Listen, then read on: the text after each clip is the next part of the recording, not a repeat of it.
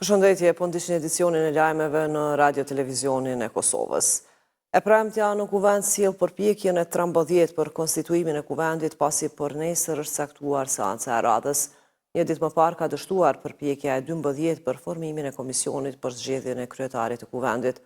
Më pjesëmarrjen e 113 deputetëve, vetëvendosja insistoi sërish në votim të fshehtë, por partitë opozitare bojkotuan.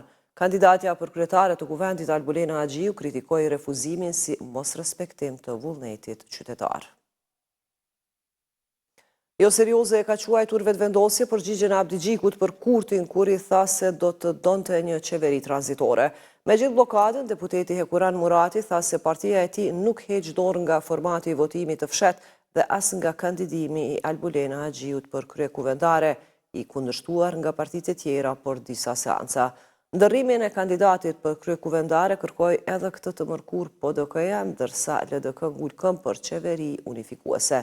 Për partitë politike jo shqiptare, përgjigja e Abdi Gjikut s'ishte në frymën multietnike.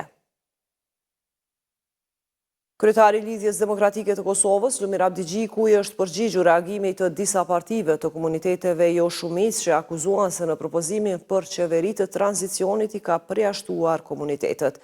Abdi Gjiku ka thënë se këto parti minoritare po instrumentalizohen dhe po kopjojnë gjuhën fyese të polarizuesve.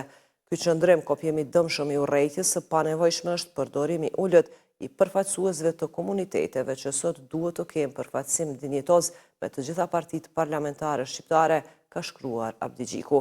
Sipas tij, një qasje e tillë është e dëmshme edhe për komunitetet jo shumicë dhe për demokracinë parlamentare. Pas mbledhjes së kryesisë, Partia Demokratike e Kosovës ka propozuar formimin e një qeverie të re nga partitë që ishin në opozitë gjatë mandatit të kaluar. Qëndrimi i PDK-s vjen një ditë pasi kryetari i LDK-s ftoi partitë shqiptare për të diskutuar për formimin e një qeverie të tranzicionit. PDK kërkon nga presidentja që t'i thras në takim të gjitha partitë parlamentare për dalje nga kriza institucionale.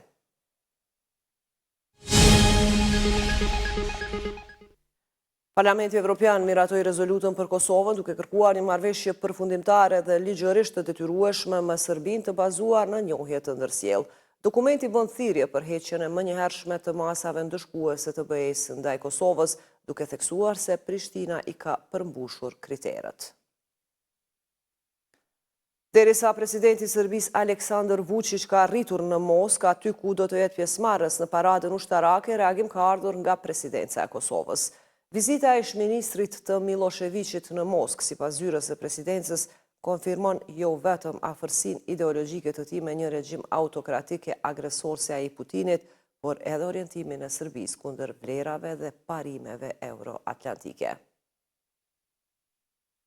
Për të mos humbur asgjë nga lajmet më të fundit, na ndiqni dhe pëlqeni në Facebook RTK, Instagram RTK, YouTube RTK dhe TikTok RTK, aty ku informacioni vjen shpejt, sakt dhe drejt. Dhe mos harroni, jemi gjithmonë live në www.rtklive.com. Faleminderit për vëmendjen, mirupafshim.